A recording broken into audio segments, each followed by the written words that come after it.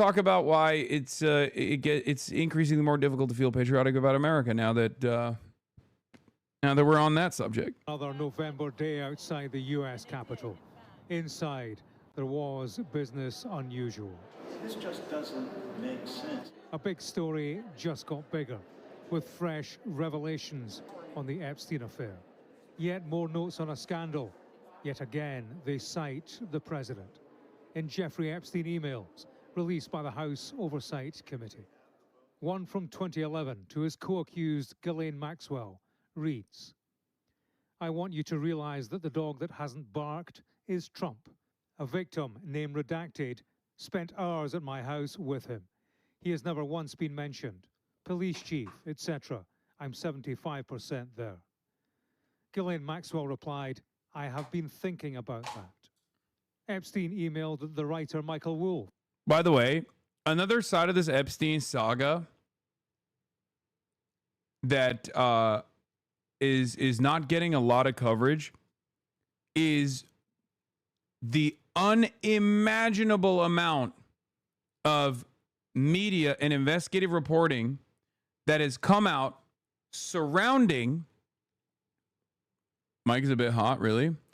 The unimaginable amount of media that has come out from Drop Site News that shows, in my opinion, conclusively that Jeffrey Epstein is or was most likely an asset for the Israeli state. And I know that that is like a no shit situation for many. You're going to be like, oh, really? No shit. Duh. Right? Sure. Wait, where is this? Where the fuck did I'm trying to fix my settings here, chatters. Sorry. Open system mixer. Is that it? Nope, that's not it. NYT has a minute by minute update if you want to know some more deets. Democracy Now! Covered it. Yeah, so that's one of the aspects of this this Jeffrey Epstein saga that's gone a little bit unnoticed, perhaps by design. But every other week there is another article that comes out from Dropsite that's like Jeffrey Epstein was in Kazakhstan ordering Israeli surveillance technology for Kazakhstan. Like it's crazy. I keep reading them over and over again, but it's strange to me at this point that we do not actually cover it at all in our media. Hold on. Maybe I can lower the gain a little bit. Is it working? Is it lowering the gain at all for you guys? No, I don't think it is. Never mind. This is not working. Okay. Well, it's not. Okay. Maybe I can like manually lower it here. This might be a little bit better. Is it still peaking?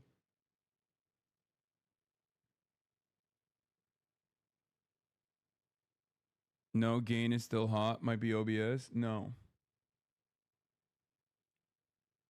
Okay. Anyway, I'm just like lowering the audio a little bit manually on this side, so it's not hitting the red unless I yell. All right, here it is. This is good, I think.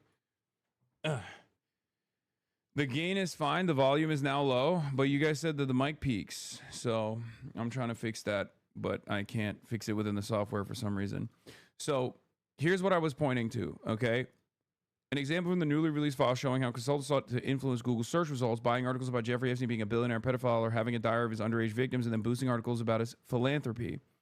But also, in addition to helping, this is what I was talking about. In addition to helping broker deals between Israel and Mongolia, Russia, and the Ivory Coast, Epstein had a senior Israeli intelligence officer with personal ties to former CIA director Leon Panetta live at his apartment for weeks-long stretches between 2013 and 2016. Like, what the fuck are we doing? Like, this is one of the most obvious Israel-aligned pedophile, sex trafficking, blackmail networks out there. Why the fuck was this guy traveling to fucking Mongolia or even talking about like hiring Mossad, former Mossad and former IDF agents for security details for like anti-government business leaders in China at the time. This is before like Xi cracked down on corruption, right? Like he was having these conversations with Ehud Barak, the former prime minister of Israel, Ehud Barak. You don't have these sorts of fucking conversations unless you are a direct contractor or a direct operative for Mossad. Like, you know how we talk about China trade maxes? Jeffrey Epstein was a power broker maxing, I guess. He just had, that was his kink. Aside from the pedophilia, the other thing he was doing all the time was just like brokering deals. He just couldn't stop himself. I guess that's what it was. You know? Pedophilia and brokering deals. That's what it is.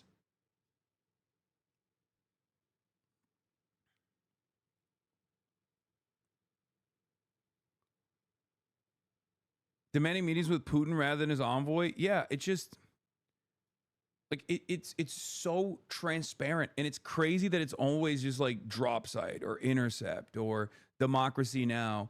All of these other friends of the show and outlets that are outside of like legacy papers that are publishing this kind of stuff. And I don't understand what the fuck is going on here. Like how much longer can you avoid talking about this part? Because Americans see it, right? They see it. They recognize what's going on here. Yeah.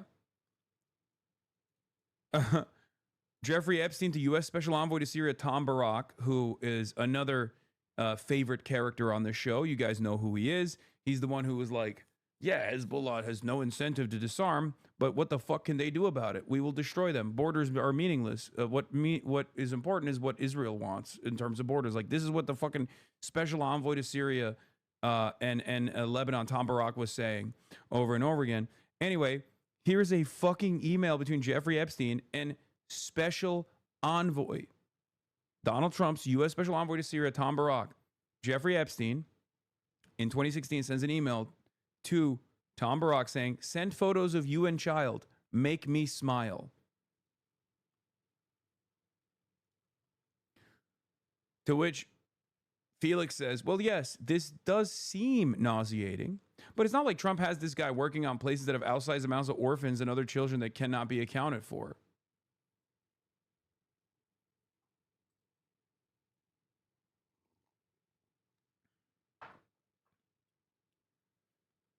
This is the type of shit that makes even someone like myself, who is a heavy scrutinizer of conspiratorial narratives, even though I am obviously an enjoyer of conspiracies, I'm very critical of conspiratorial thinking.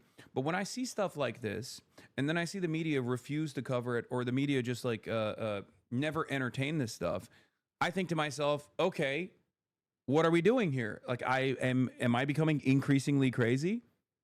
Why is there not enough coverage on this stuff? What the hell is going on? Especially because it's not like the media is fond of Donald Trump. This is a great line of attack for Donald Trump. You know, a uniquely unpopular and despotic leader that is moving America in the direction of fascism. Why the fuck is the New York Times not all over this shit? You know? Click translate on this. Gustavo Petro went beast mode. First of all, went beast mode.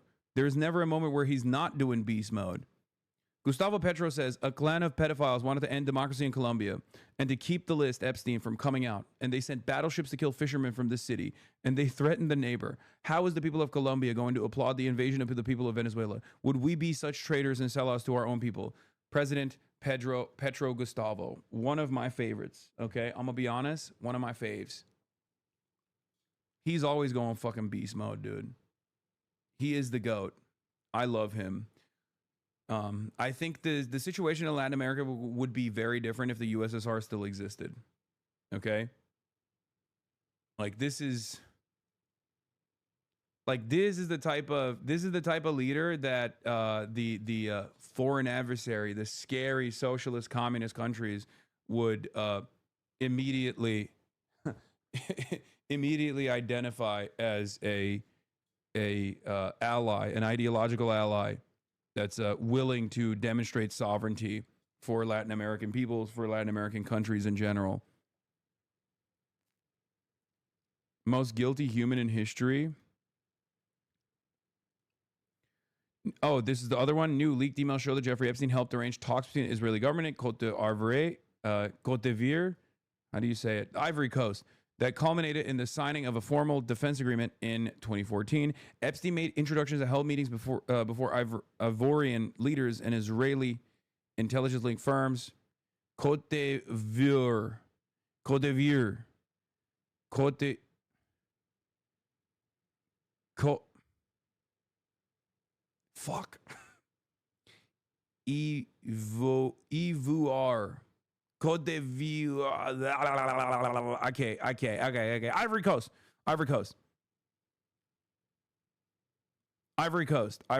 I'm too American. I'm too fucking American. Shut the fuck up. Shut the fuck up, Chad. Shh. I'm too goddamn American. Stop it. Okay. And Israeli intelligence linked firms and individuals that helped lay the groundwork for the deal to help flood the Ivory Coast with Israeli surveillance tech. This is the latest entry in a series of stories about Epstein's links to the intelligence world, including in Africa. Link in next post. So there have been so many articles like this, but they're all on drop site. They're all on independent outlets.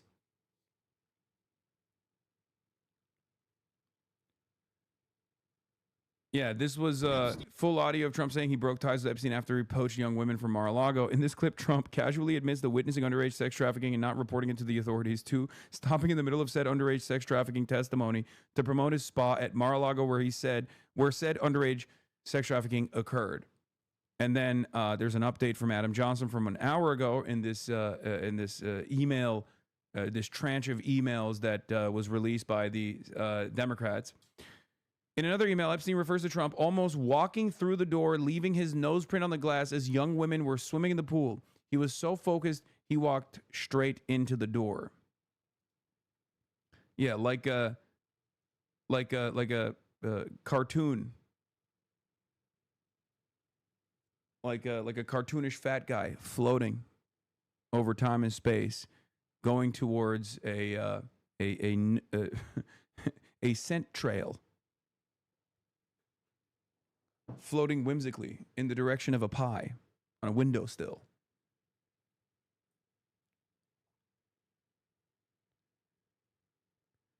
One of the craziest parts about this is that hey, Jeffrey Epstein, for all my dyslexics out there, Jeffrey Epstein became the most prolific sex trafficker. Not saying that you can enter that field, but if you're dyslexic, you shouldn't let that get in the way of your ambitions and dreams, whatever they might be. Hopefully they're not a criminal espionage enterprise for an apartheid state, of course. But look at the way he fucking writes, dude. Jesus Christ. Read the feed, read my airplane logs, and Hawaiian Tropic Contest.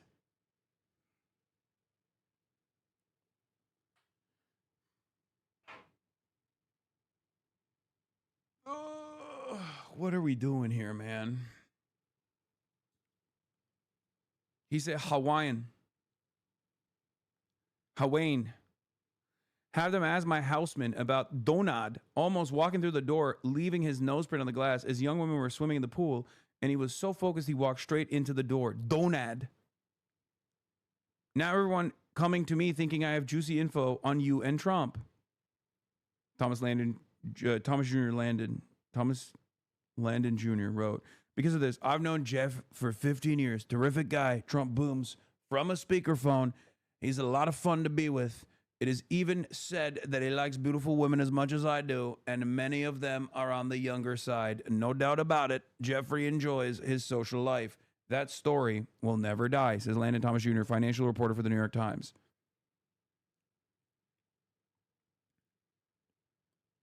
This is in 2015. By the way. And more emails are coming out right now. Oh my God. Blow after blow after blow. Oh, hell yeah. Daniel Boguslaw, investigative reporter for the Rolling Stone, Vice, Intercept, writes, Epstein writes to his lawyer, have one of your cronies. Oh, God, I feel like he's giving me a fucking aneurysm trying to read his dyslexic ass, bro. No disrespect to the dyslexics in the chat, but god damn.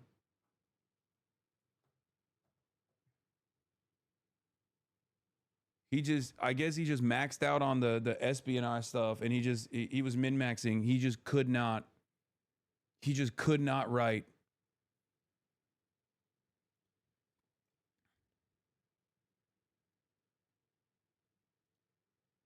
Let's zoom in on this. This is Jeffrey Epstein, 2012, to Reed Weingarten. Have one of your cronies asked to see the mortgage to Mar-a-Lago, cash from Electricinia's union. His driver, Matt, was the bagman, later made an exec at the Public Co., and the $30 million loan from the casino to Donald Trump backdated. One of the other things that Jeffrey Epstein was doing, aside from being a sex trafficker of minors, was that he was also a prolific writer, despite the fact that he can't write at all. He is functionally illiterate and very dyslexic. But that didn't stop him from sending fucking emails from his Jeffrey Epstein vacation at gmail.com account. And he was literally corresponding with Ehud Barak, with influential reporters, heads of state, other heads of state, you know, and of course, numerous American officials.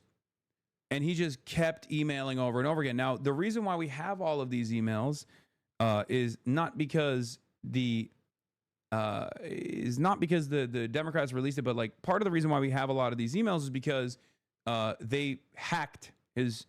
I think it might have been Iran potentially. That was the suspicion, but somebody basically hacked the Jeffrey Epstein vacation at gmail.com email account and uploaded all of that. And that's where a lot of this drop site reporting has been coming from. But now that it was actually, I think it was Iran. But now that it's actually something that the Democrats are paying close attention to, we shall see what happens.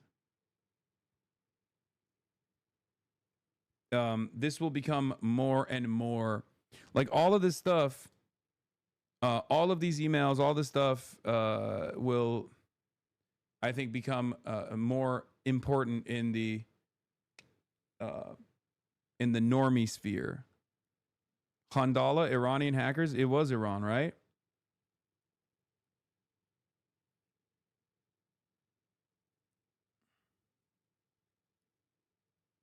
Russia says they have videos, so it may have been both. I'm not gonna lie to you. I trust Iran more than I trust Russia when it comes to Israel-related shit. Russia and America are ops. Russia and Israel are not ops in the same way that Russia and America are ops. So when it comes to covering stuff, like you have to match adversaries and what their actual ambitions are. Russia is a lot closer to Israel than you would think. Sure, they play the role of a regional superpower in the Middle East. And they have their own ambitions, and obviously Israel is like America's very own, not even like client state basically, but just like a forward operating base in the region. But Russia is very close to Israel, both by its nationals living in Israel with like their dual citizenship. In maybe, I would go so far as to say that after America, and how much Israeli politics and Israeli influence, like Israel's influence, plays a formative role in both the domestic affairs of the United States of America and also its foreign policy.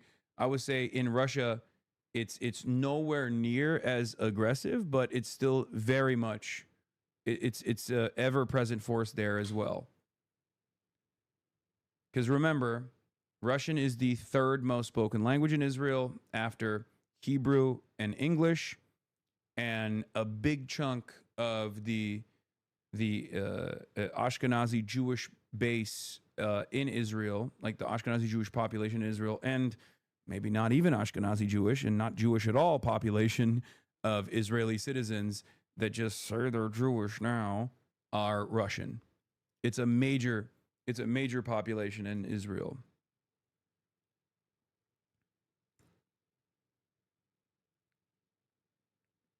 Russia has more Yakubian technologies, is true.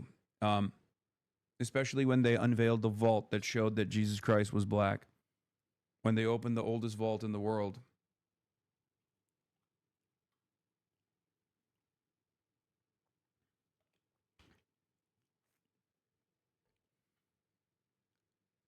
So yeah, I would say that like this treasure trove of email data probably did not come from the FSB, but more so from more likely from Iran. Iran is obviously a maximum op for Israel because it's smack dab in the middle of this region and and has its own resources and obviously does not want Israeli intervention in the region. You're not supposed to know about that? What the I am a child of Yaqub myself, so that's why I know my history. All right, I'm serious, man. For the good of the nation, why not try to get some of this out there? I would not do it myself, but would pass on to a political reporter. Plus, look at these lies. In response to a message left seeking the Trump campaign's comment on this article on Thursday, Trump's general counsel Alan Garden emailed threatening legal action against BuzzFeed News. Mr. Trump's only connection with Mr. Epstein was that Mr. Epstein was one of thousands of people who has visited Mar-a-Lago. That's it. Mr. Trump has never been accused of having any involvement or even having any knowledge of Mr. Epstein's conduct by anyone, Garden wrote. As a result, I have no idea what the purpose of your article could possibly be other than to try and intentionally and with actual malice defame my client's name and reputation by mentioning him. This is what Jeffrey Epstein responded to, right? He said, he sent this article and he said, my 20-year-old girlfriend in 93, that after 2 years, I gave to Donald. Hawaiian Tropic Girl, Lauren Petrella. Yes, would you like photo of Donald and girls in bikinis in my kitchen? Now everyone coming to me thinking I have juicy info on you and Trump.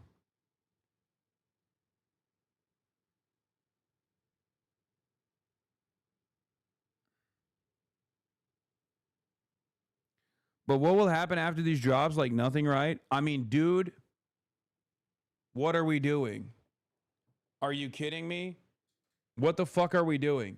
Israel is at its lowest popularity. Israel is so unpopular that I would say millions of Americans convinced themselves after watching fucking Candace Owens videos that Charlie Kirk was assassinated by the state of Israel.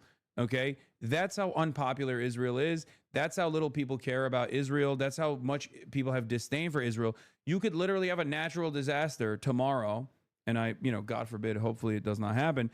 But if someone were to be like, yeah, Israel did this with their weather machine, I think most Americans, well, not most Americans, but a decent chunk of Americans would believe it. That's how unpopular Israel is. And Jeffrey Epstein is directly related to Israel. In the eyes of many Americans, they see Jeffrey Epstein as a Mossad agent. In the eyes of many Americans, they also believe that Israel has a sophisticated blackmail operation that operates within the confines of the United States, and it's an international blackmail operation. And Jeffrey Epstein was basically the figurehead of said blackmail operation. And there is obviously truth to that, right? There's truth to that. The difference, of course, the problem here is that many Americans don't realize that the CIA also is working in tandem with the Mossad. It's not one or the other. It's not just one. It's both, right? And a lot of people don't understand that, and a lot of people don't want to see that. Do you have a sense of the public opinion of Israel and China and how the media discusses it? It's not controversial. Everyone is. Most people, I think, are pro-Palestine here. It's not even a thing.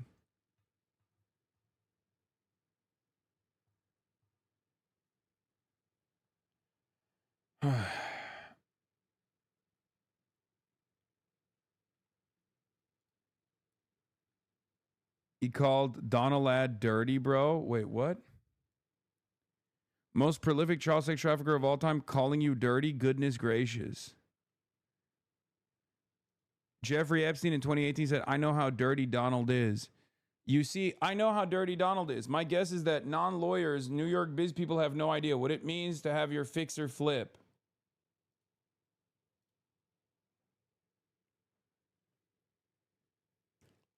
It makes no difference whether it was his money, issue his failure to disclose, plus the fact that he lied his ass off about it makes it clear that he knew it was illegal. This is regarding New York Times, Donald Trump's high crimes and misdemeanors to Kathy Remler. I think he makes the argument that it was Trump's money, making it not illegal, though he also said he only found out afterwards. And the fact, according to the indictment, was billed as services rendered and grossed up. I'm sure his account has flipped anyway. I did talk in detail to Starr yesterday regarding indictments, how Trump can make a deal. Special counsel, Clinton's trash can. Yes, Starr gave me more. Yech. Here's a story from the New York Times that I thought you'd find interesting. The principled case for impeachment is clear. What's missing is the courage. That's so fun. It's top to bottom, I know. Sorry. Read like a Twitter post, brother. Bottom up. Yeah. This is so it's so strange. Also, if you want to know what the Chinese attitude towards Israel is, in 1965, Mao Zedong said on Israel, or said on Palestine, Israel, and Taiwan, he said, imperialism fears the Chinese and Arabs. Israel and Taiwan are strongholds of imperialism in Asia. Palestine is the front door of this great continent, and mainland China is the back door. They are Americans who created Israel for you and Formosa for us. Formosa is the OG name of the island that is now also known as Taiwan, where the KMT escaped to in the aftermath of the Civil War, where they lost to the PLA. Bro, can this guy type normally? No, they can't. He can't. If we're talking about Jeffrey Epstein, no, he can't.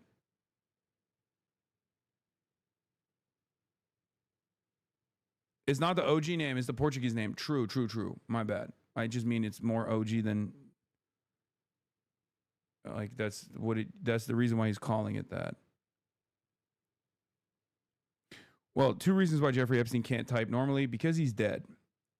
And I think a lot of this information coming out makes people go, if I recall correctly, he did die under the custody of the state under the Trump administration. How strange. He did die in the custody of the state under the Trump administration. I know conservatives are not the smartest people. They lack object permanence, and they think that, like, the initial shutdowns during COVID actually happened under Biden, even though it fucking literally happened under Donald Trump.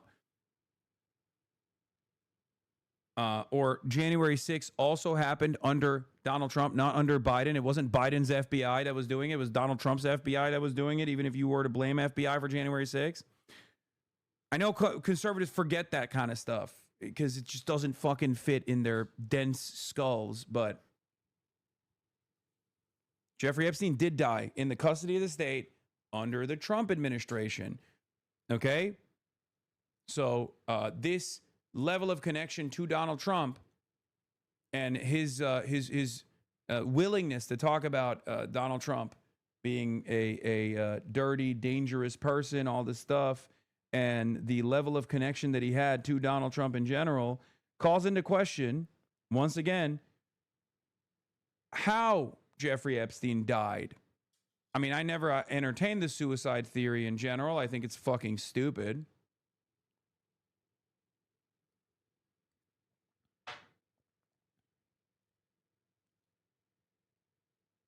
But yeah, I did see all of this.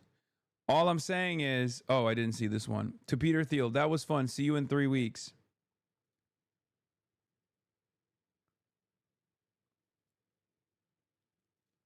Bro, they are in full flail at Fox. The reply of the 5 wouldn't even say Epstein's name. Want to see what it looks like when Fox News devotes an entire segment to the new Epstein emails to discuss Trump without anyone ever mentioning what they say? Caroline Leavitt fielded questions about the release of those emails from House Democrats related to President Trump and Jeffrey Epstein, calling it a manufactured hoax. That was moments ago at the White House. Our senior White House correspondent Peter Doocy was in that briefing and joins us now. Totally. Hi, Peter. Just a hoax, man. Sandra, the argument from officials here that was made by Caroline Leavitt in the briefing room a few minutes ago is that there's a tell that shows that these Epstein emails being released today is a partisan exercise by congressional Democrats. This is how she came to that conclusion. There are no coincidences in Washington, D.C., and it is not a coincidence that the Democrats leaked these emails to the fake news this morning ahead of Republicans reopening the government. This is another distraction campaign by the Democrat and the liberal media, and it's why I'm being asked questions about Epstein instead of the government reopening because of Republicans. And just a few minutes after Caroline Leavitt went back in... Interesting.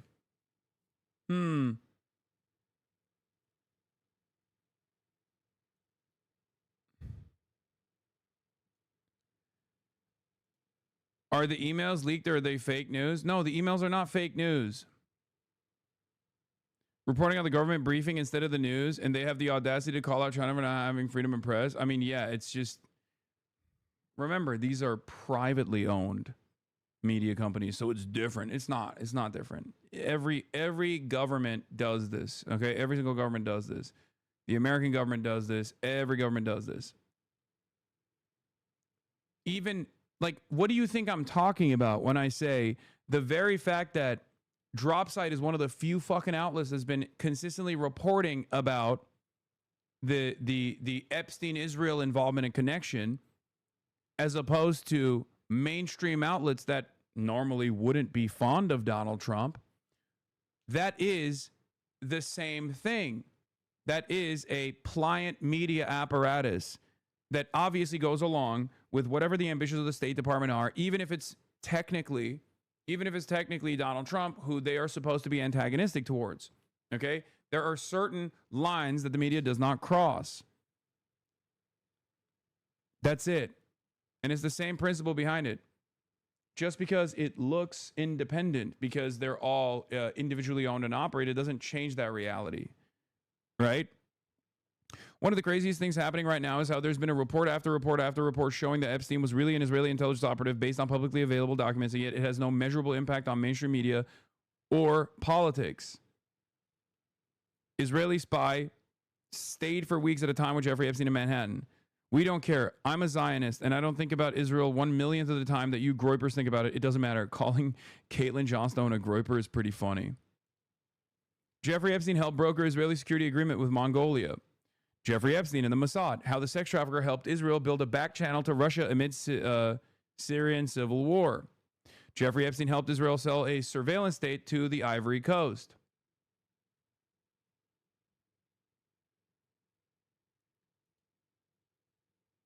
I'm somehow not surprised he was besties with Israel.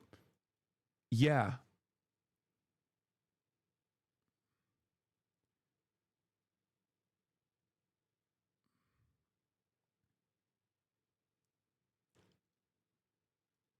Yeah. Who could have thought?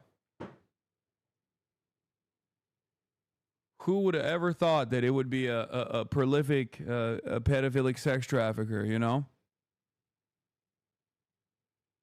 Who would have ever thought?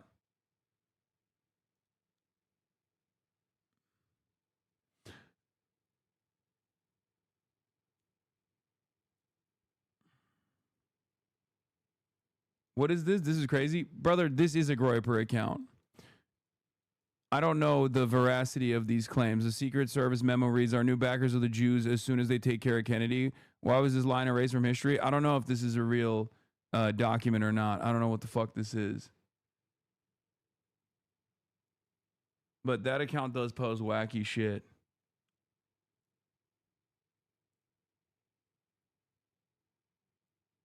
Anyway, let's keep going. Her office in upper press, President Trump posted this on Truth Social. He said the Democrats are trying to bring up the Jeffrey Epstein hoax again because they'll do anything at all to deflect on how badly they've done on the shutdown and so many other subjects. Only a very bad or stupid Republican would fall into that trap. He goes on, there should be no deflections to Epstein or anything else, and any Republicans involved should be focused only on opening up our country.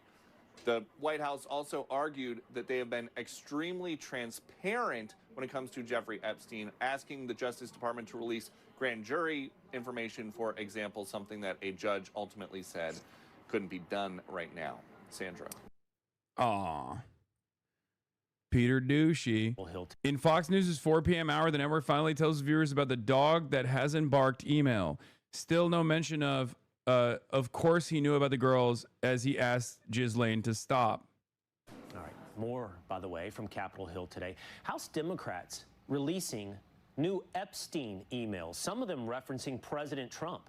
The White House is pushing back on those emails and how the media is portraying them. Fox News senior White House correspondent Peter Doucey has the latest. Peter Doucey. And, Will, officials here at the Trump White House, of course, would rather talk about their efforts to get the government reopened, something they hope happens later on today. But instead of just talking about that, they are also talking about these newly released emails, including this one from 2011. It is Jeffrey Epstein emailing his accomplice, Ghislaine Maxwell. This one says, I want you to realize that the dog that hasn't barked is Trump.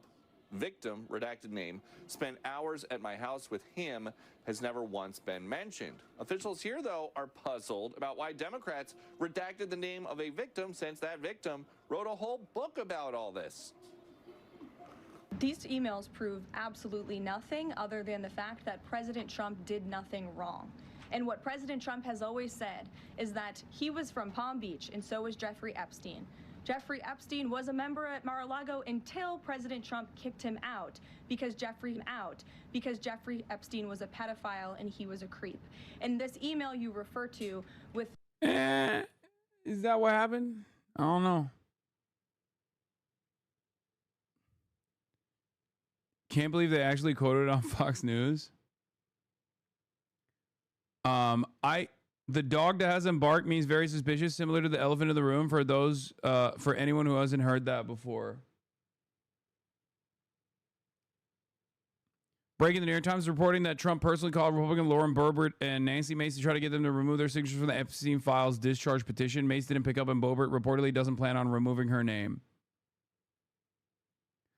Dude, if the conspiracy stuff is the only earnest expression of populism that these guys will fucking actually lean into, and this yields actual information, I will take it, okay? It is a real dog that caught the car moment for the Republican Party that leaned into this stuff for years and years, only to be hoisted by their own petard. I don't think Nancy Mace is going to stand firmly here. I don't think Nancy Mace is a careerist. She's an operator. She's an operator. Sorry, and I don't think that Nancy Mace is going to. I think Nancy Mace could flip.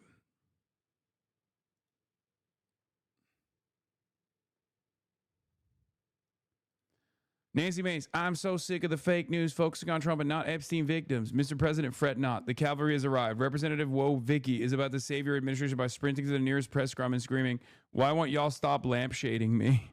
Everyone knows Trump kicked Epstein out of Mar-a-Lago and Epstein victims have exonerated the president. Stop gaslighting and start telling the victim stories. Makes me sick. Those who abuse underage girls need to see jail time. Tell that story.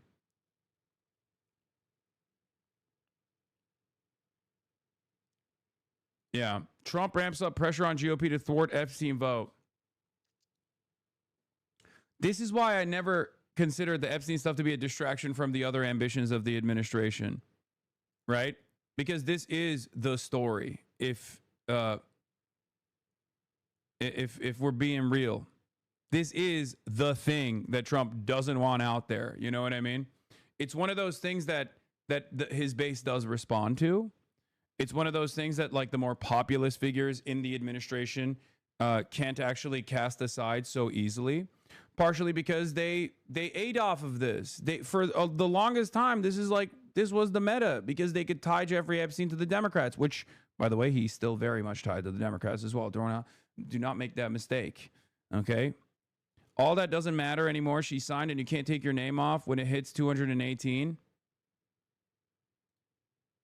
Discharge petition is on days a few feet away from where Adelita Grijalva will speak. She's sworn in now, and once she finishes her opening speech, she can become the 218th to sign. No sign of any R that might take their signature off. That's that. She signed number 218. Immediately after she signed, the discharge hit 218. Massey and Ro Khanna convened a strategy session with Whip Clark, the top Dem on rules, McGovern, a few senior staff, and other Dems right in the well of the House.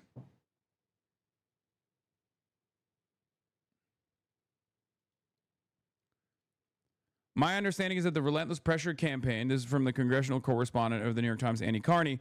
My understanding is that the relentless pressure campaign that has included carrot, stick, good cop, bad cop, has made her even more dug in, suspicious, and convinced there's a conspiracy at play. I asked Lauren Boebert about September 16th if there was any way she would take her name off the Jeffrey Epstein discharge petition. No, she told me. Oh my God. Oh my God.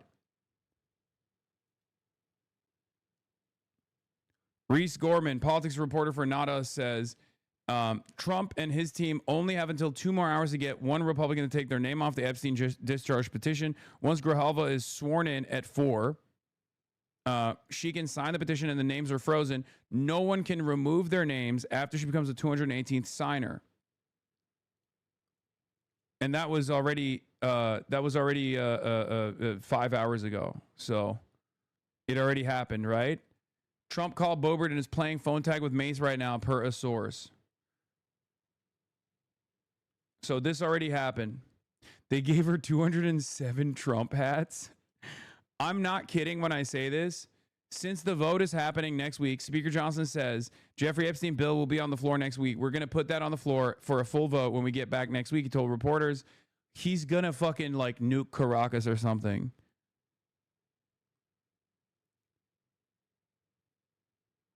The only honest expression of politics for the Trump administration has been his own personal ambitions in deal making.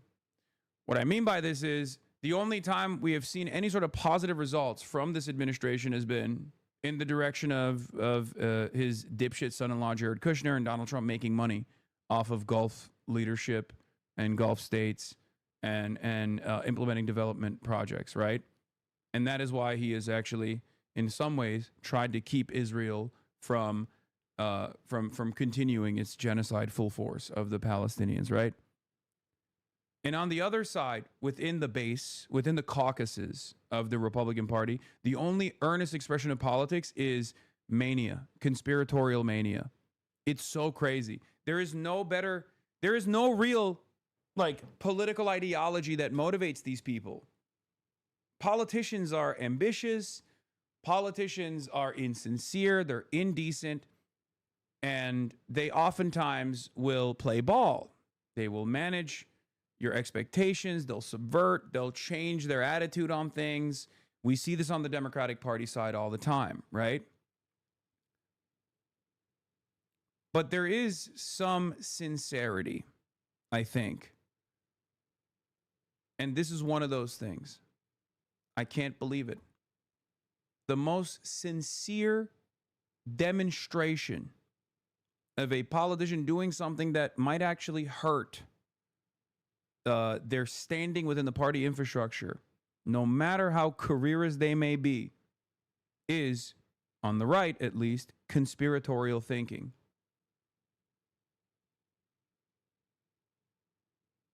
They cranked up the cranks for far too long.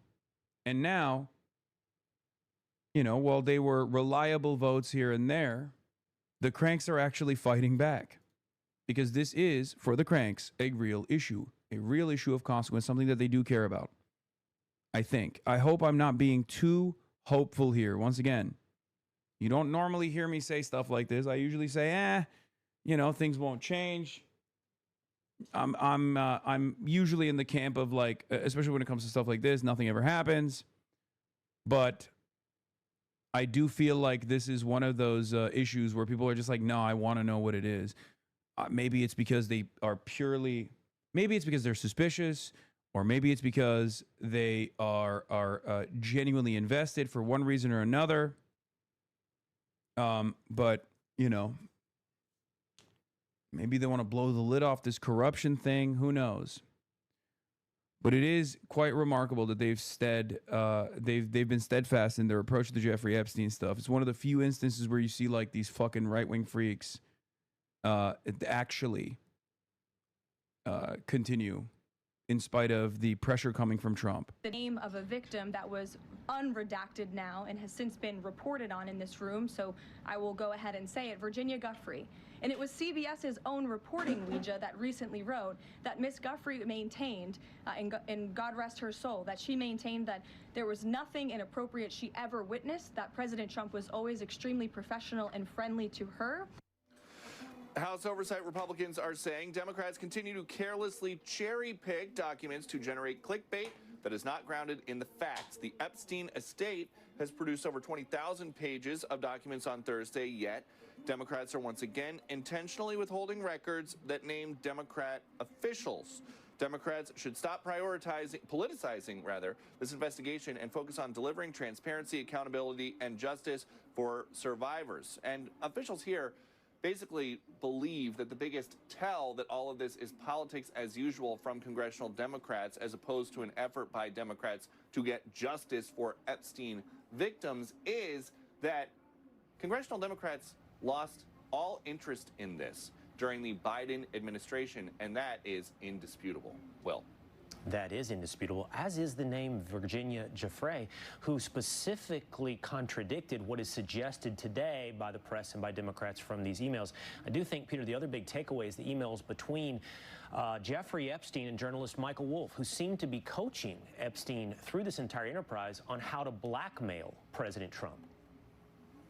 If not coaching, then at a minimum advising. And to the point that the White House is making here about the lack of interest that congressional Democrats had during the Biden years, the folks who are on the Democratic side who say now that it is an urgent national security issue to get these Epstein documents out lost 4 years worth of momentum. And now they are back. The White House thinks the timing of everything is suspicious, and basically that they are just these House Democrats are sitting on different things to selectively leak on days that the news might be bad for them, like the day that a shutdown comes to an end. So we'll see how it plays out. All right. Thank you, Peter Ducey.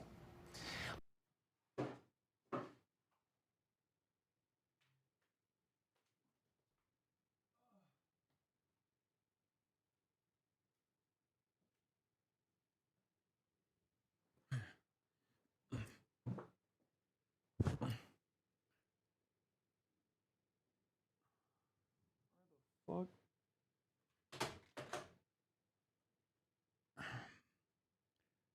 Bro, did you lose weight? No, but thank you for thinking that and saying that. I did not lose weight. I'm gaining weight. I'm fat now. I'm fat again. Trump has been saying the Dems are distracting from the shutdown cave. I mean, there is some truth to that, but I don't give a fuck, and I don't think the people give a fuck either. This is one of those moments where it's like the priority for the average person is to know the truth. The priority for the average person is to find out exactly what level of involvement Donald Trump and like American politicians and international leaders had with Jeffrey Epstein, what the client list looks like. That is the priority for people. It doesn't matter. Trump could be like, oh, this is just a distraction, which is interesting because that's like kind of a Democratic Party line of attack. Oh, don't look at this like very interesting thing that you have a lot of investment in and just remind yourself that it's actually bad to look at it because it's just simply a distraction.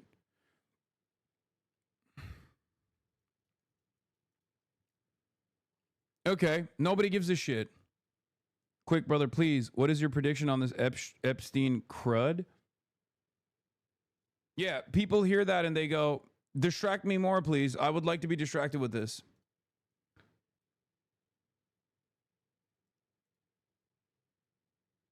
Drone strikes, Syrian bombing. What do you mean?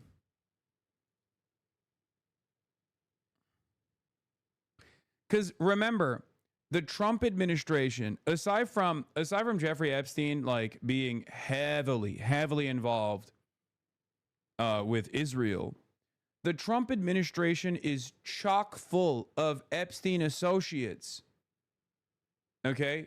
I mean, I guess you could say that about like the Democrats as well, because he was a fairly powerful power broker for both parties.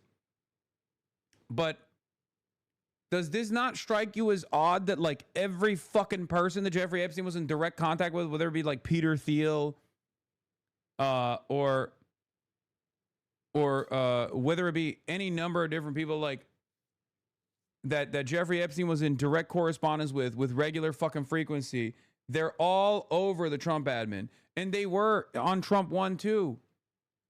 Like Alexander Acosta, Howard Lutnick, all these people. Alexander Acosta was Donald Trump's labor secretary, man. Alexander Acosta was the fucking prosecutor that gave Jeffrey Epstein the sweetheart plea bargain the first time he got caught for sex trafficking minors.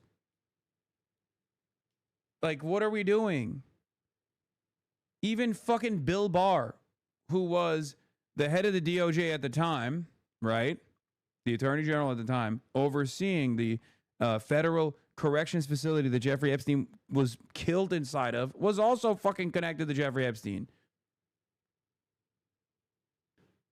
Donald Trump is directly connected to Jeffrey Epstein. Donald Trump was friends with Jeffrey Epstein for a very long time. Jeffrey Epstein sex trafficked minors out of Mar-a-Lago.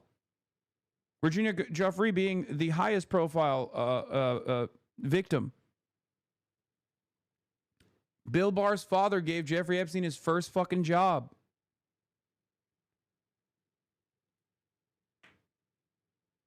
It's very difficult to look at all this and just assume that Trump is infallible and totally oblivious, totally unrelated to Jeffrey Epstein. It just doesn't make any fucking sense. About a Trump media appearance, the author replied to him, "If he says he hasn't been on the plane or to the House, then that gives you a valuable PR and political currency. You can hang him in a way that potentially generates a positive benefit for you. Or if it really looks like he could win, you could save him, generating a debt."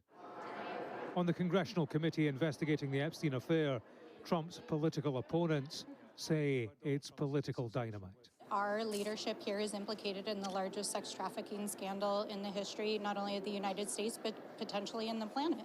And so this email, especially the 2011 email from Jeffrey Epstein to Ghislaine Maxwell, directly references Trump. It directly talks about how he spent time with one of the victims of his sex trafficking crimes at Jeffrey Epstein's house.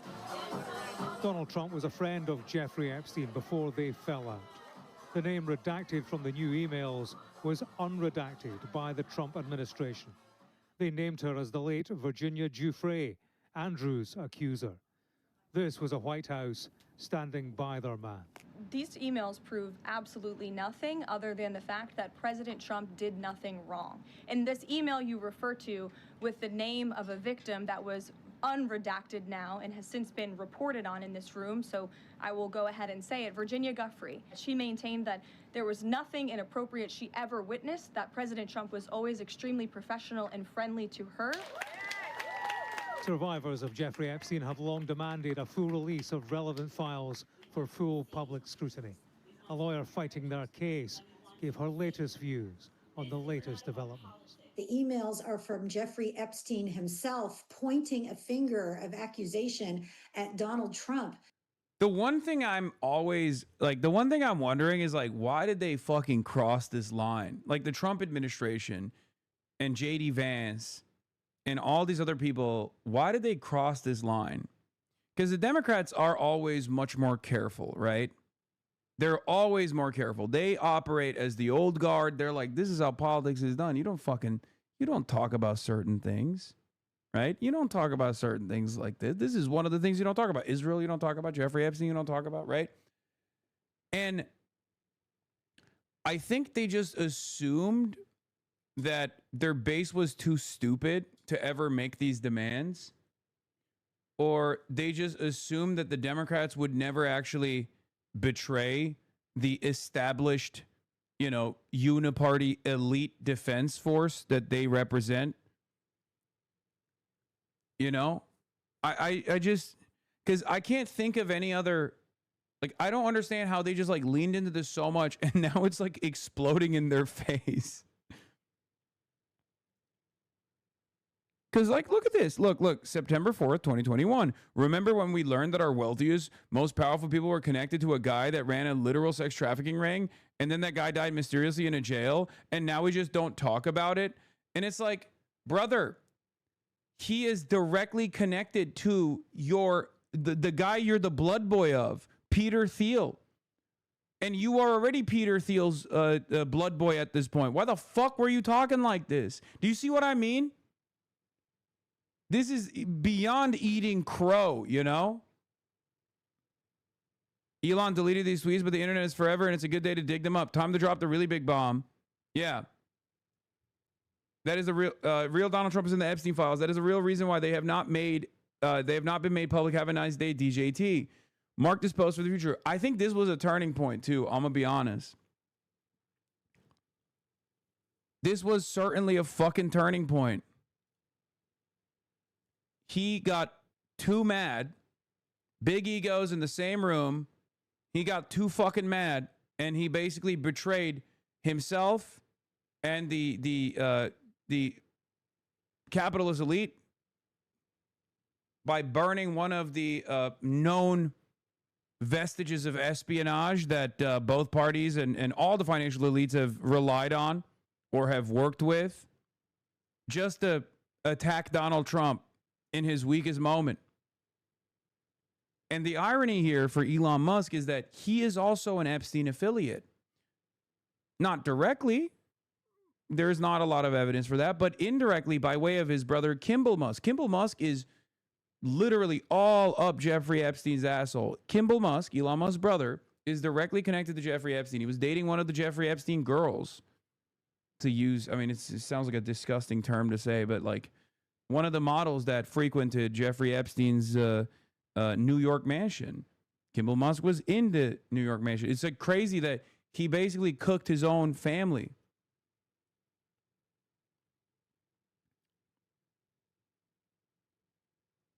Your Chinese fans on Epstein right now?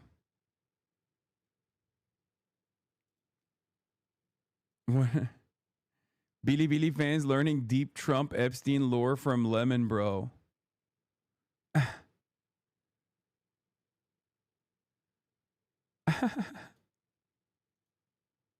True.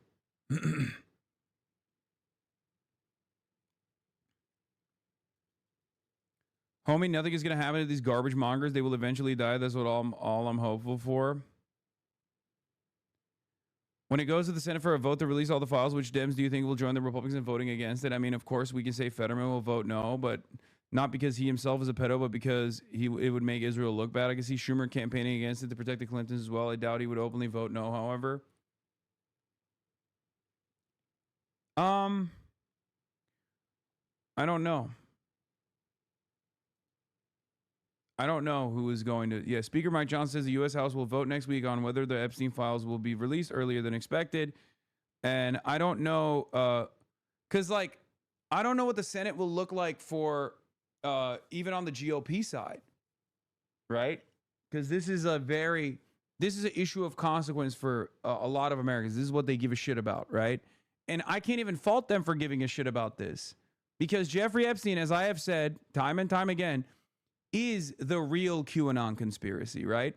Not to the same degree as QAnon, but like all of the oftentimes anti-Semitic conspiracy theories that right-wingers have believed in and have leaned into, unironically, are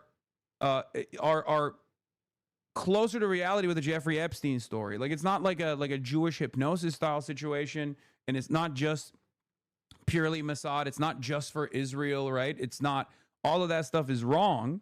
It's certainly an American ambition, first and foremost. It's certainly American espionage, first and foremost. But like, as David Austin Walsh said, basically the Epstein files vindicated the most conspiracy theory-brained understandings of American geopolitics, where it's all just corrupt politicians, establishment luminaries, and intelligence agencies fucking kids and blackmailing each other all the live long day.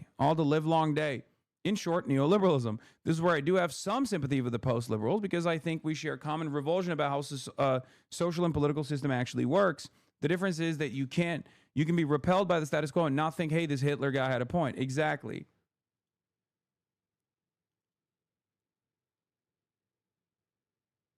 Man who alleges Mountbatten abuse launches legal challenge.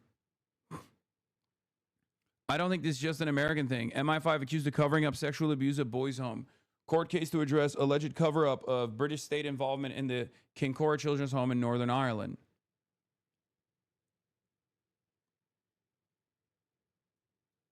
The reason I didn't believe the notion that he was killed at first is because I wrote it off as coming from the online anti-Semitic conspiracy theories. But then I learned the actual details. Ehud Barak in 2016. Yeah.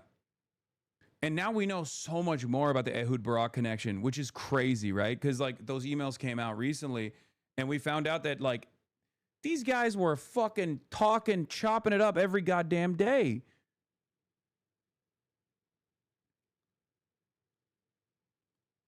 They were chopping it up big time.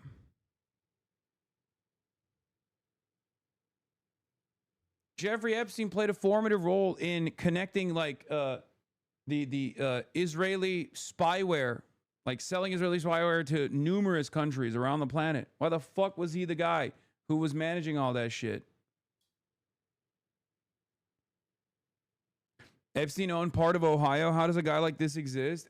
He didn't directly own part of Ohio. Les Wexner owns part of Ohio. And Jeffrey Epstein and Les Wexner were potentially either lovers or something. But Les Wexner basically gave, like, power of attorney to Jeffrey Epstein at the time. And he was in charge of the entirety of his fortune.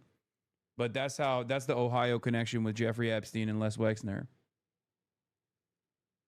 When are you going to go out? In a couple hours. It's 8:21, chatter. So, you know, in a little bit.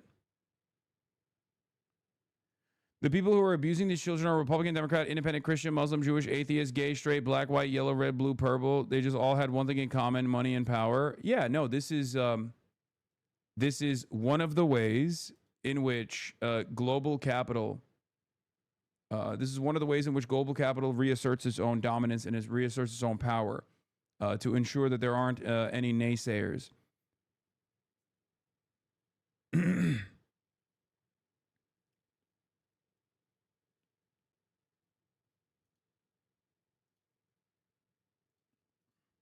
Really from the grave. Among 20,000 documents newly released, Andrew Mountbatten Windsor appears to get a mention. In response to a newspaper planning to run a story on Epstein, his actions and associates, someone called The Duke emailed Ghislaine Maxwell and wrote, "Hey there, what's all this? I don't know anything about this. You must say so, please. This has nothing to do with me. I can't take any more of this." I wish I'd never met him in the first place. The documents appear to show Lord Mandelson, former US ambassador, was in touch with Epstein in 2016. In November that year, Epstein emailed him writing, "63 years old, you made it." Mandelson replied, "Just. I have decided to extend my life by spending more of it in the US." Epstein wrote back, "In the Donald White House." It is the story that stalks Donald Trump. These capital corridors echo to a near constant cycle. Chat, I have a question. Is this the Diet Pepsi? Or is this like regular Pepsi? Because I can't tell it's Chinese. Oh, it says 0 calories. Never mind. This is the Diet Pepsi. Or Pepsi Max or 0 sugar Pepsi. Oh, what the fuck? It has like a... This is a strange way to open.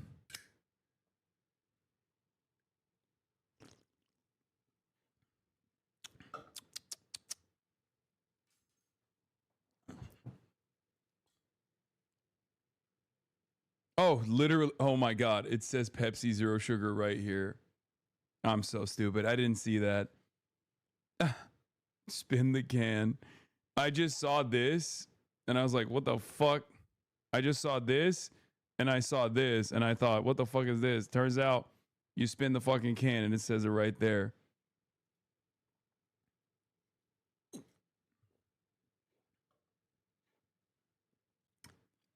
We used to have the pull the tab sodas in the 80s and 90s. Have a taste. If it tastes, have a sip. If it tastes like shit, it's Diet. I love Diet. Epstein revelations, and yet they are matched by White House denials that, for now at least, keep a distance between scandal and a sitting president.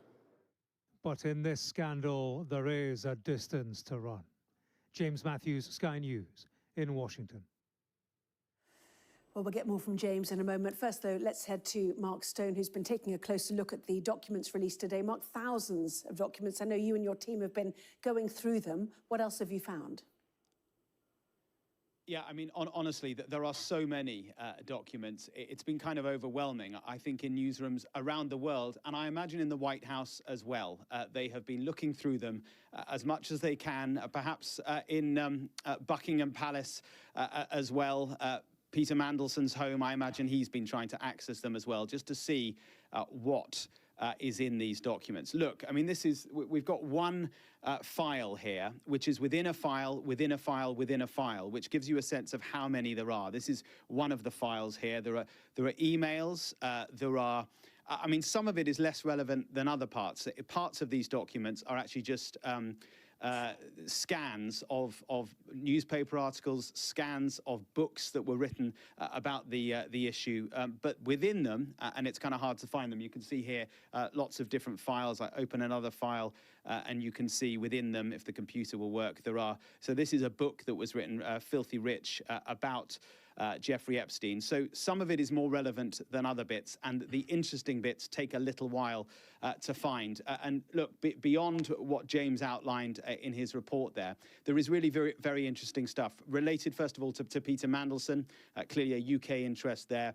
This email between Peter Mandelson and Jeffrey Epstein, an email exchange, November 2016. Now that's important because it is much later than we previously knew Mandelson and Epstein had been in touch. It was publicly known that they'd been in touch in 2010, but not as recently as 2016. And as James said, they discussed the prospect of Donald in the White House. Peter Mandelson writes, "This is a goon cave, but for news, brother. Anywhere I'm at is a goon cave for the news." So, you know, as a ball knower myself, real recognize real. I love this shit.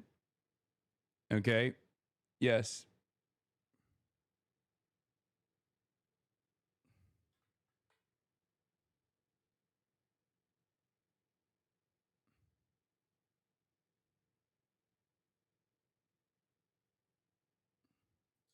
He's in the war room.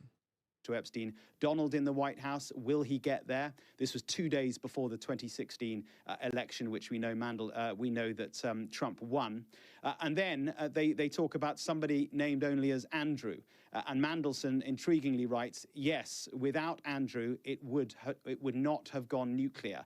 Without Andrew, it would not have gone nuclear. Now, we don't know precisely what that refers to. I've been in touch with Lord Mandelson today. I've messaged him. I've asked him if he's got any statement. He's seen the message, but he has not yet replied.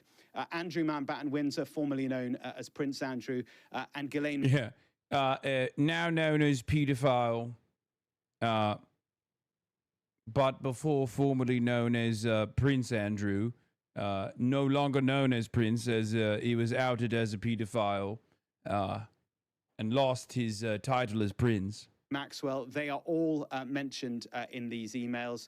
Fascinating insight, too, between Ghislaine Maxwell and Jeffrey Epstein. Of course, they were together, they were a pair. And what we get a sense of is the sort of, they're kind of scrabbling with how to deal with both the legal storm that it was unfolding and the media storm that was unfolding around them. There's an email from January 2015 where Epstein writes to Ghislaine Maxwell, they need me to say that I was not aware of massage with Andrew in my house. These things have to stay, along with meeting and rebutting those allegations. I need it ASAP. So a glimpse there into the private emails between Ghislaine Maxwell, now, of course, in an American prison for her part in all of this, and Jeffrey Epstein, who died in prison back in 2019.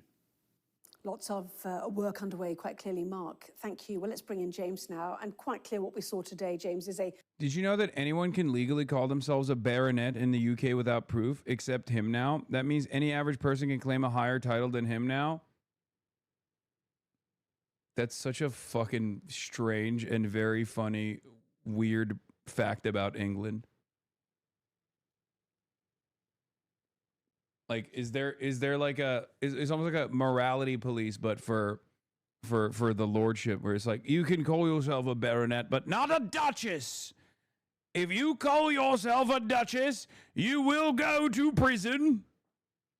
Off to the colonies with you. Get in the barge. Made up fairy tale ass land for real.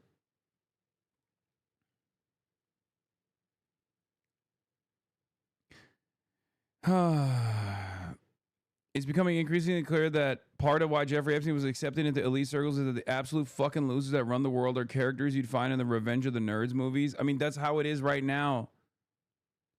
What the fuck is this? Jonathan Farkas. Jeffrey, please help me here. Is she a hooker? What?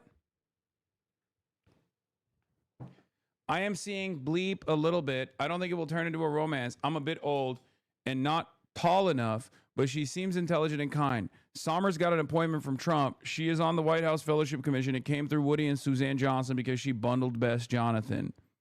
A two-timer. Worse. Jeffrey, please help me here. Is she a hooker? Somers, married to Alexander's department store heir, Jonathan Farkas, served on the committee to choose Trump's White House fellows.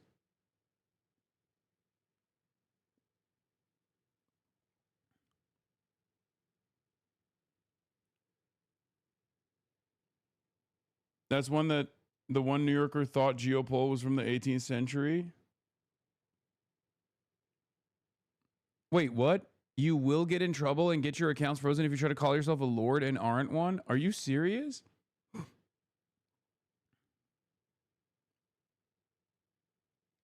Andrew Epstein and Trump were literally together in 2019. Wait, what? In the newly released batch of documents from the House Oversight Committee, new documents show that Epstein saying he attended a meeting in London in 2019 with President Trump and Prince Andrew. He said Trump thinks he is king. No, I don't believe this.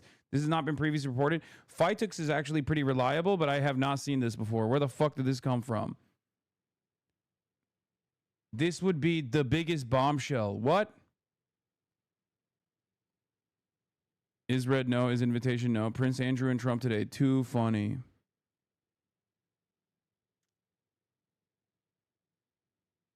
What the fuck? There is no way. 2019, that's when Jeffrey Epstein got killed, brother. That doesn't make any sense. Are you telling me that he got fucking killed right after he met with Donald Trump?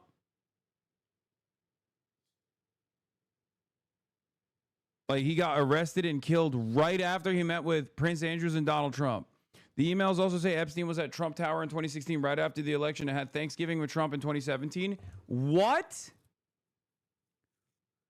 I mean, is it Jeffrey Epstein just basically lying to heighten his importance to onlookers? Because these guys do that stuff all the time. They make it seem like they're a lot closer to power than they actually are to other people. Or is it real? Is there actual evidence? Because if that's the case, it's fucking Jover. Oh my God. There will be a Thomas Crooks in every fucking corner of this country. You understand? Like, this will destroy the collective consciousness of MAGA. If there is evidence of Donald Trump's involvement with Jeffrey Epstein far beyond what we already assume is the timeline of like up until 2012, right? If it goes beyond that, and if it goes into the territory where he was already president, that would be fucking insane. That would shock me. It would shock the world. And it would brick every fucking QAnon MAGA guy. They will go feral.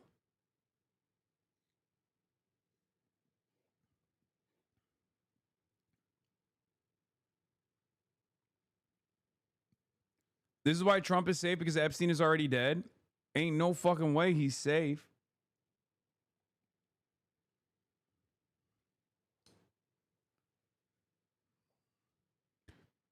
Like, who is he talking to? They are literally in the Situation Room over this. I love that people are like, bro, nothing ever happens. This won't change anything, whatever. Meanwhile, Trump is literally losing his fucking mind. This is from 30 minutes ago from Jim at CNN.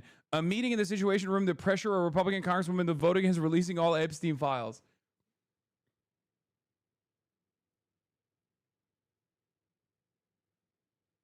Oh my Lord.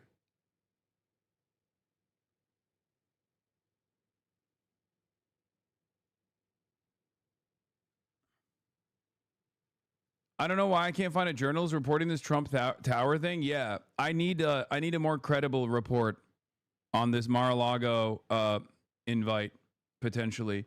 Mike Johnson, 8 minutes ago, breaking on MSNBC. Mike Johnson says he intends to put the Epstein resolution in the House floor next week. Yeah, we already covered that. That already came out. Trump on the Jeffrey Epstein stuff a couple hours ago, by the way. Here it is. I have it right here. The Democrats are trying to bring up the Jeffrey Epstein hoax again because they'll do anything at all to deflect on how badly they've done on the shutdown and so many other subjects. Only a very bad or stupid Republican would fall into that trap. The Democrats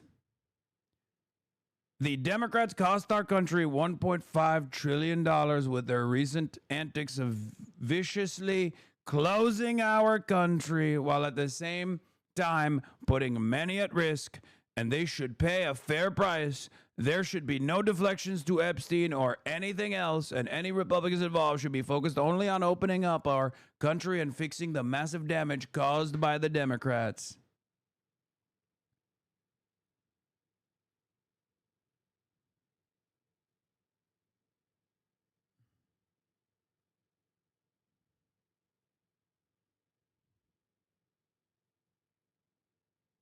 Anyway.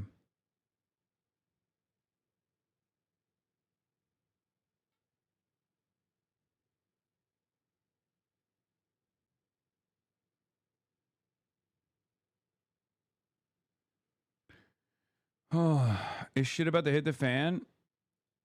I mean, Trump is moving like it is. Trump is moving like it is. They're calling it the least suspicious pressure campaign of all time. Trump ramps up pressure on GOP to thwart Epstein vote.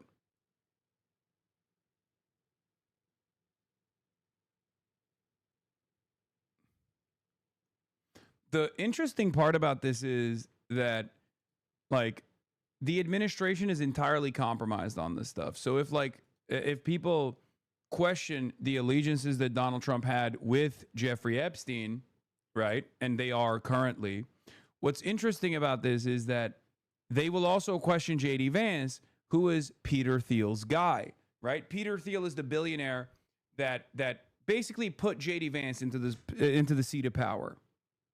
Okay, you are traveling, so I'm inclined to believe this is it. That's true. I do have that tendency when I'm fucking flying around. I mean, one day I literally flew for one day. The Democrats ended up unceremoniously caving on the shutdown. I was in the air. But yeah, J.D. Vance is directly connected to Epstein by way of Peter Thiel. So if the standard, let's say, by Republicans and conspiracy guys is basically like, we want someone who is not affiliated with Jeffrey Epstein, then there's not that many people you can go to. This would be a massive purge. I don't think it'll happen, but it would at least cause a lot of fissure within the base, and it would create a lot of instability and chaos, as it is slated to create amongst the base within the party and the actual people in positions of power. Political battle ongoing, which has led to the publication of these documents. Hi, Anna. Yeah, this, make no mistake, is a difficult episode for Donald Trump. Increasingly difficult, no doubt. The story, it drips new detail on a rolling basis. It has done for months. Incrementally, it gets closer to the president. His opponents already see guilt by association, and they are convinced by that. There are many in Republican ranks who too have serious suspicions. Trump's defense thus far, as you said, has been, look, this is all a Democrat hoax, and he's dismissed this contact with Epstein as a long-ago friendship with a man he now labels a creep and a pedophile. His defense doesn't necessarily get any easier with these emails, these fresh documents. Interestingly, there's no denial from the White House of the email that says Trump was in Epstein's house with an Epstein victim. Their response was to name that victim, Virginia Giuffre. Her name was mispronounced at the White House. They make the point that she didn't have a problem with Trump. He was professional and friendly to her. But You know, if we're now saying and agreeing that Trump is placed in Epstein's house with a victim for hours, then if nothing else, that raises questions of its own beyond him being well behaved. She was a victim of sex trafficking. Did he know that? Why didn't he know that? How could he not have known that? What did they discuss? What did he think a young girl was doing in that set of circumstances, in that situation? It's interesting the White House chose to name her, Virginia Giuffre. Her family have been very vocal about Donald Trump themselves. They've had a lot to say about the Trump administration, and what they have said is release all the Epstein was arrested 33 days after supposedly meeting with Trump and Prince Andrew in London in 2019 from the oversight Dems near the top of the document. So why is this not being reported on?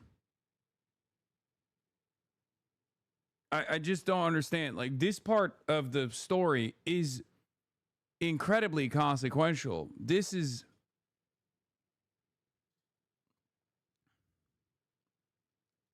Oh my God.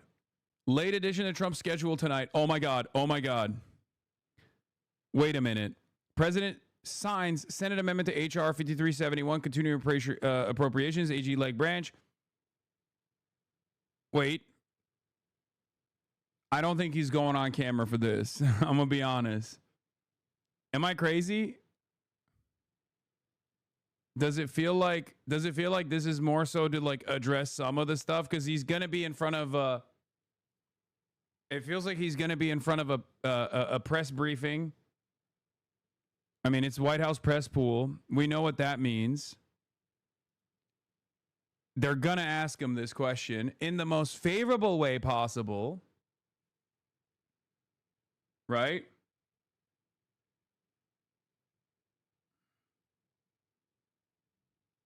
That's 2 hours from now?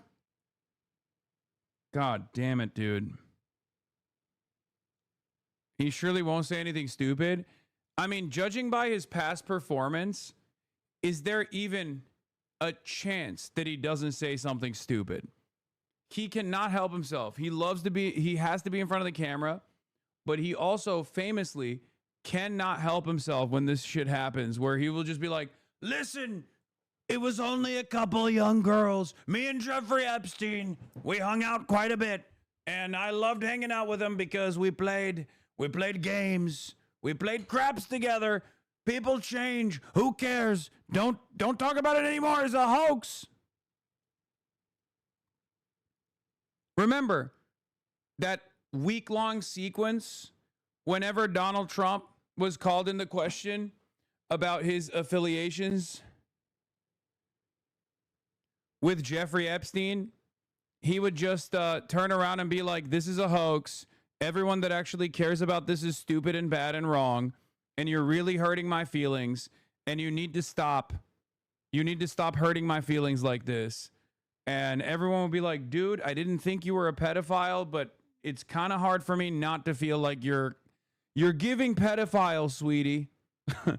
Like, he was just like he was just attacking his own base constantly, just being like, come on, don't do it anymore. Don't ask. These are vicious haters.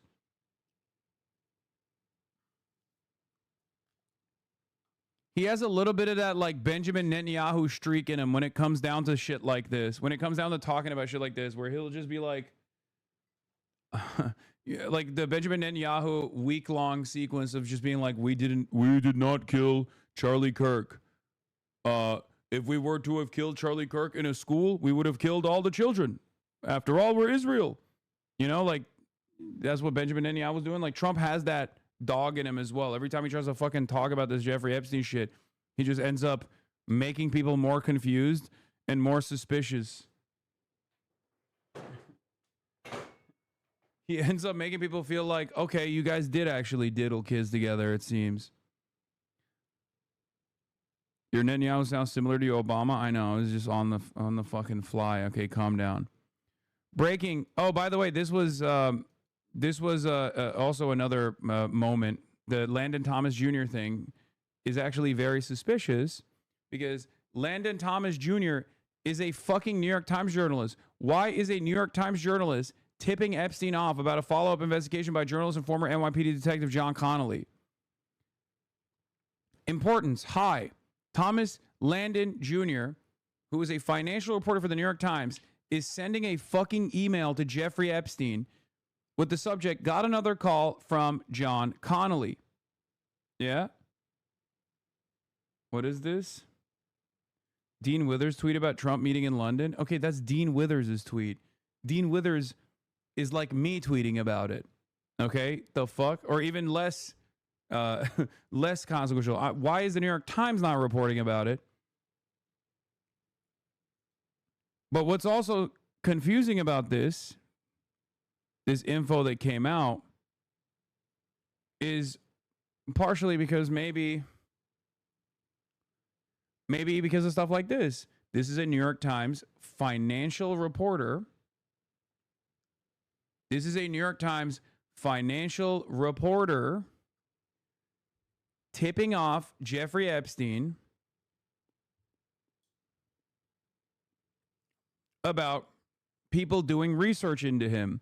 He's digging around again. Not clear if it's another book or expanded paperback version. Was asking me all sorts of questions about why you hired Ken Starr. I told him I had no idea. I think he's doing some Trump-related digging too. Anyway, for what it's worth.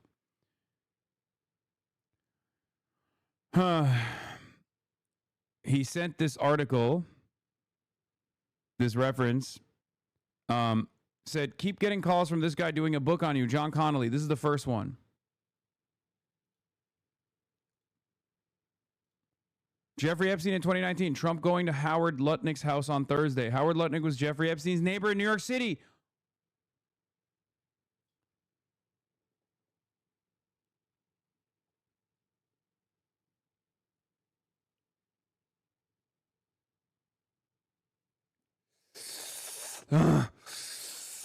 Oh my God.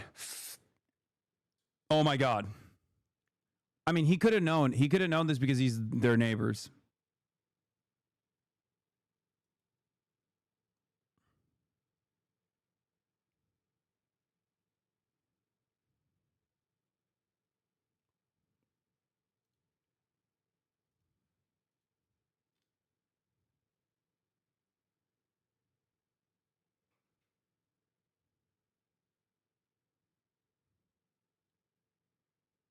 I mean, if true, the 2019 London meeting is the most consequential.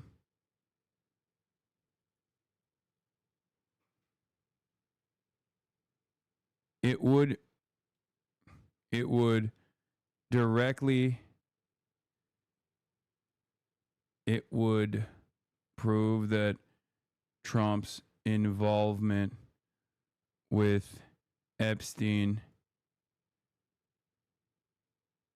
New York Times wrote an article about it. They're writing about it. Epstein went far beyond 2012, and that he was shortly arrested after this meeting and then died under the custody of the state.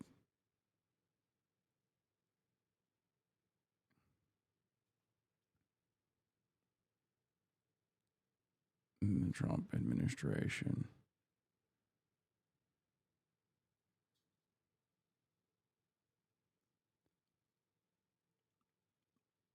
Mercury News reported on it July 8th, 2019. Donald Trump and Prince Andrew met up in London ahead of Jeffrey Epstein's arrest on new sex trafficking charges. Wait, what?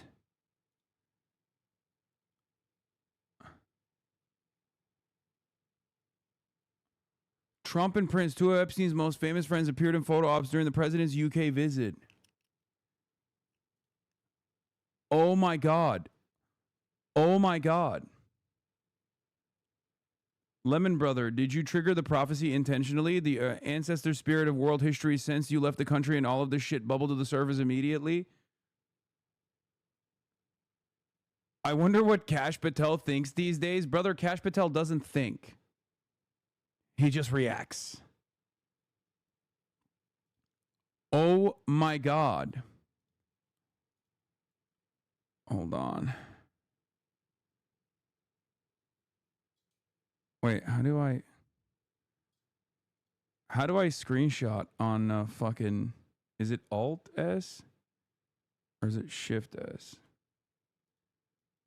Oh. All right.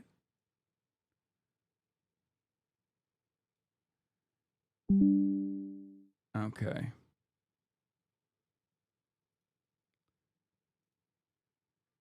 If true, this is an absolute nuke. Hold on. It proves that Trump's involvement with Epstein went far beyond 2012 and that he was shortly, and that Epstein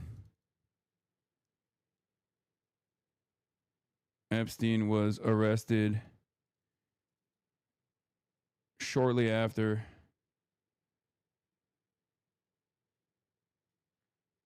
Shortly after this meeting, and then died under the custody of the state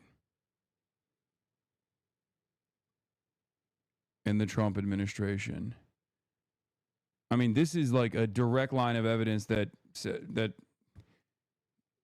basically points to Donald Trump directly, allegedly killing Jeffrey Epstein.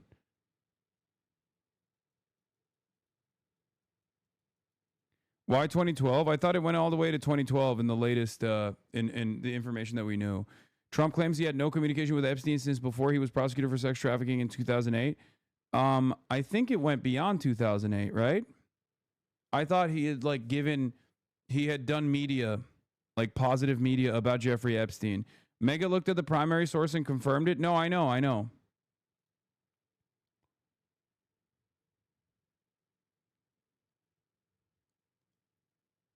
Jeffrey Epstein, Prince Andrew and Trump today. Too funny.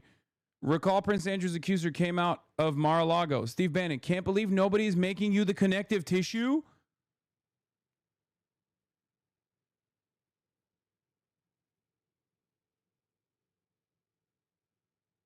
Brother, were they just saying everything out loud in these emails? What the fuck is going on? I'm going crazy. It feels like... No, we knew Steve Bannon was connected to Jeffrey Epstein. That's another Trump administration loyalist that is deeply connected with Jeffrey Epstein. Remember, Steve Bannon actually went to Jeffrey Epstein and was training him for a potential deposition. And once outed that he was deeply connected to Jeffrey Epstein, he turned around and was like, oh, I was just filming him because I was going to do a negative documentary about Jeffrey Epstein. That never was released, by the way. Weirdly enough, he has hours and hours and hours of footage of Jeffrey Epstein and himself, and yet he never revealed that footage. And I don't believe he will ever reveal the full footage, obviously. Like, it'll be heavily manipulated.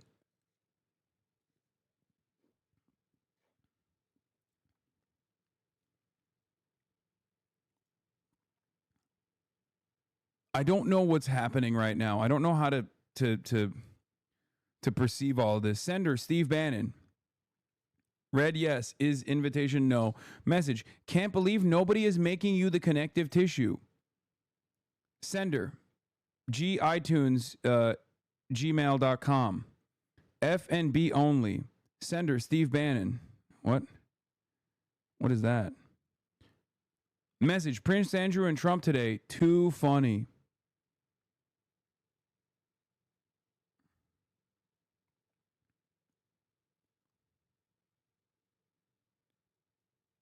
I think these are chat messages for the record. Well, if he's subpoenaed by Congress, he'll have to give it up. He's already been in prison once for failing to appear. I don't know how Trump is going to actually protect himself and everyone around him that is so deeply connected to Jeffrey Epstein.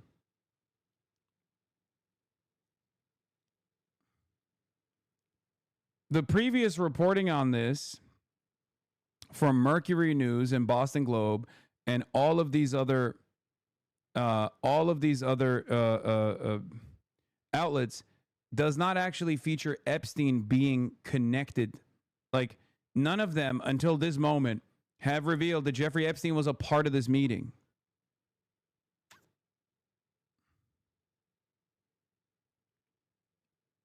This is new information. If true, there's an absolute nuke. It proves that Trump's involvement with Epstein went far beyond. I'm not going to say 2012. What we knew about,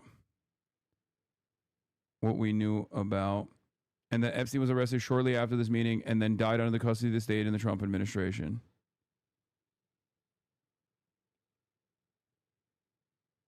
It's going to be one news cycle, and then something else will take over. Another will come of it. Remember, Jeffrey Epstein is the Epstein story.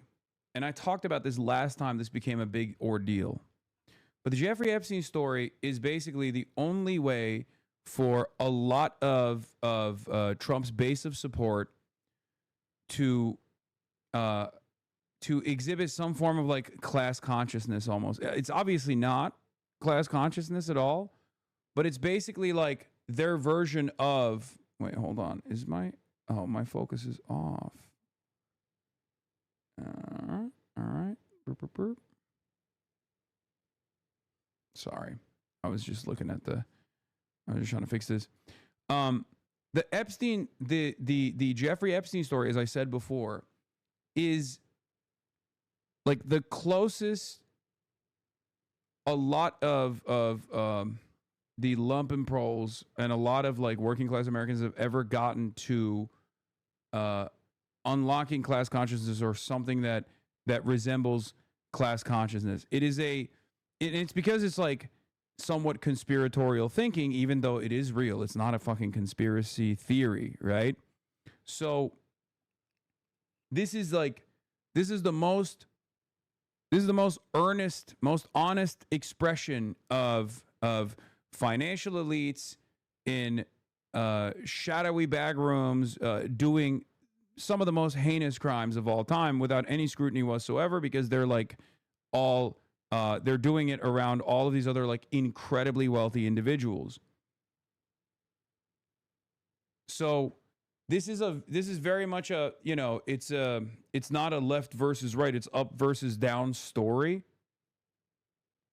And so I don't think they will give up on it. It's a real motivator for a lot of people.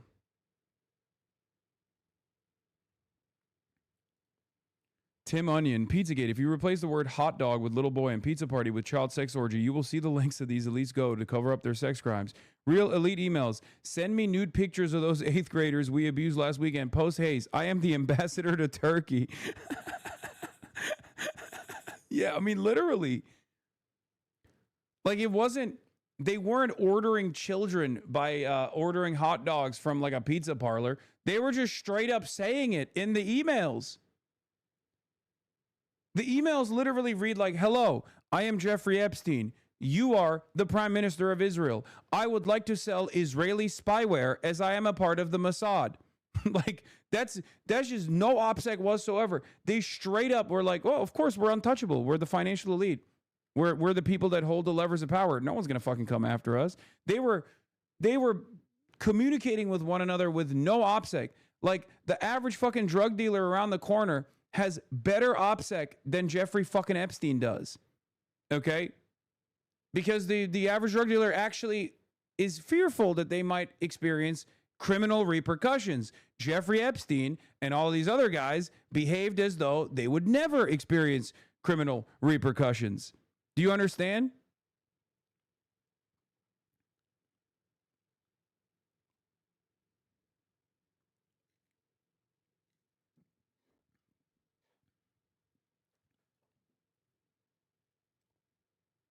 See, but that's why the dumb shit QAnon people won't believe it, because any truth that is too obvious. No. Epstein stuff is so. No, the Epstein stuff is one that the QAnon people also believe. Also, it's so direct, dude. It is so. It is the real version of what they fantasize about. It is impossible for them to avoid this stuff. At most, depending on how fucking insane they are, they might say, oh, Trump was a white hat pedophile or some shit. But I don't think that's going to work. I don't think there's a lot of people in the QAnon side of things that would look at this story and be like, yeah, no, I think Trump was still a good guy in this story. There will be some, but I don't think it'll be all. This also, in my opinion, offers a unique opportunity for Marjorie Taylor Greene, who is very well positioned to exhaust this perspective over and over again, to exhaust this line of attack, this angle of attack, as she has been an outspoken critic of Israel now, and also an outspoken defender of Epstein's victims, and also someone who had ambitions of higher office that seemingly was thwarted by the establishment Republicans and the Trump administration. And she has this vendetta now. This is going to be an opportunity for Marjorie Taylor Greene to, who has a lot of name recognition and a lot of loyalty within that MAGA base, as a person who's been running around talking about fucking Jewish space lasers and shit for years and years, which sounds so stupid, but that is how you garner loyalty from this base. She is positioned so perfectly to rat fuck Trump every step of the way, and clearly has the ambition to do so. Same with Tucker Carlson. Same with Candace Owens, especially Candace Owens, because Tucker Carlson, I think, is more of a shrewd operator who I would be more interested to see how Tucker Carlson navigates these waters, because while these guys have been very aggressive in the way that they talk about Israel, they rarely ever blame Trump for it. They rarely ever cast doubt on Trump and his loyalties to America first and foremost, right? This could be an interesting moment. If Tucker Carlson also goes, yeah, Trump is actually cooked, he's fucked, he's like an Epstein affiliate, this is unacceptable, that means like there will be a real fissure within the populist wing, within the base of support for the Republicans. Legitimate question. I can't think of a reason he wouldn't, but why won't Trump just nuke the files or alter them? The entire DOJ is dick riders. It's a good question. It's funny how you were talking shit about Trump and Epstein while in China. Wonder what the news in China is about Epstein. I don't think the Chinese news covers that kind of stuff as much. At least, like, sometimes I'll be watching Chinese TV. You know, when we were at the at the train station, and they're just covering like infrastructure improvements and things like that. No, I'm serious. Like it's they don't. I'm sure they cover it sometimes, and I haven't like encountered it. But I mean, you saw the newspaper, the People's Railway, my favorite newspaper. They're talking about how they're following through on Xi Jinping thought and finding areas of improvement that are necessary for their railroads, for the infrastructure.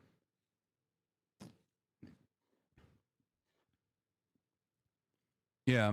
Unlike America, we don't feel the need to cover the shortcomings of our rival. We have too many successes to cover, says Top G.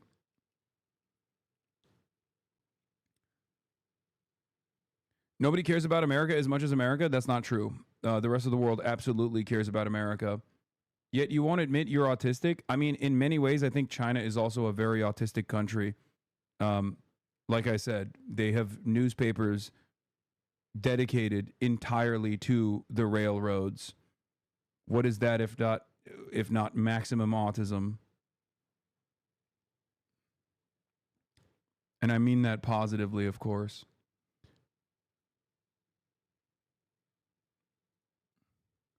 Did you see that big bridge collapse in China? A mountain fell over and destroyed a bridge. Thankfully, they were able to evacuate and close off the area a couple days before. I did. I don't know the full details of it, but like it was crazy that the American like anti-China outlets and all these like anti-China people were basically saying like, oh, dude, their infrastructure is ass. See, this bridge collapsed only months after it was built. And it's like, yeah, dude, the fucking mountain collapsed on it. What do you mean? What are people supposed to fucking do in that situation? Like, yeah, that's a thing that happens. Okay.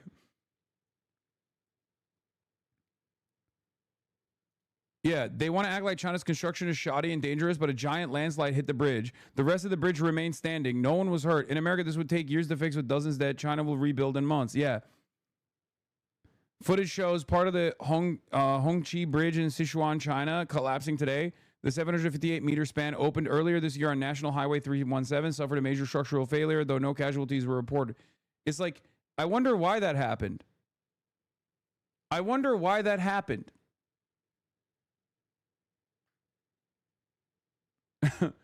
Like, you're making it seem like it was shoddy craftsmanship, but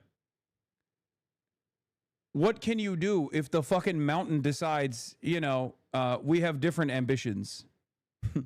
What do you do in that situation? Yeah, you can't. Even the glorious engineering focused Chinese nation cannot overcome nature. Nature is still far more powerful.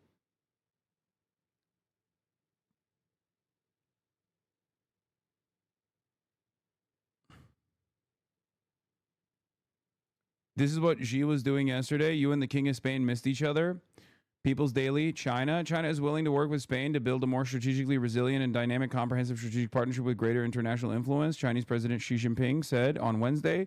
Xi made remarks when meeting with King Felipe VI of Spain, who was in a state visit to China in Beijing. It marked King Felipe VI's first state visit to the country after his enthronement and the first visit by a Spanish monarch to China in 18 years.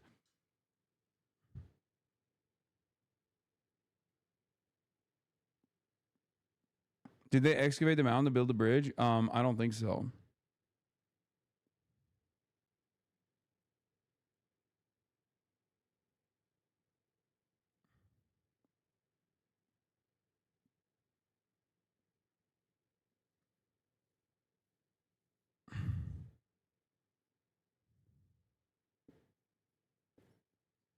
It's just I mean there's no greater indication of American century of humiliation than shit like this though, because it's like natural disaster takes place, okay, and I guess you could say that like the people that are engineering this stuff should either choose not to build it there at all, or to I don't know, try to create additional safeguards or whatever, right? But like it literally is a natural disaster. In America, our bridges fucking collapsed because nobody has touched them since FDR. We have dog shit infrastructure.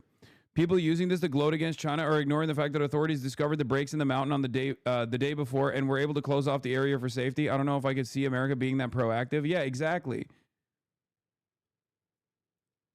Like they evacuated the area beforehand. No cars were on it when the bridge was collapsing. And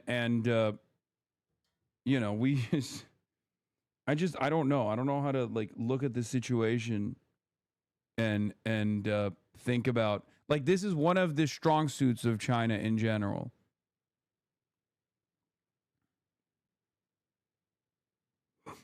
Epstein flight logs show a trip to France on June 14th, 2019. So we might have actually went to London is what you're saying.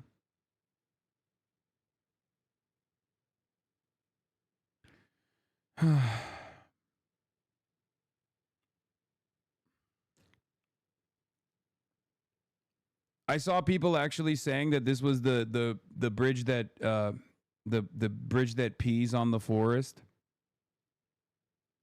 Like I saw that on Twitter as well. You know that like famous bridge, the tallest bridge the tallest land bridge they ever created or whatever. The one that actually like rains water down, has like a little waterfall. I think it's a little tacky, but whatever. That's not that bridge.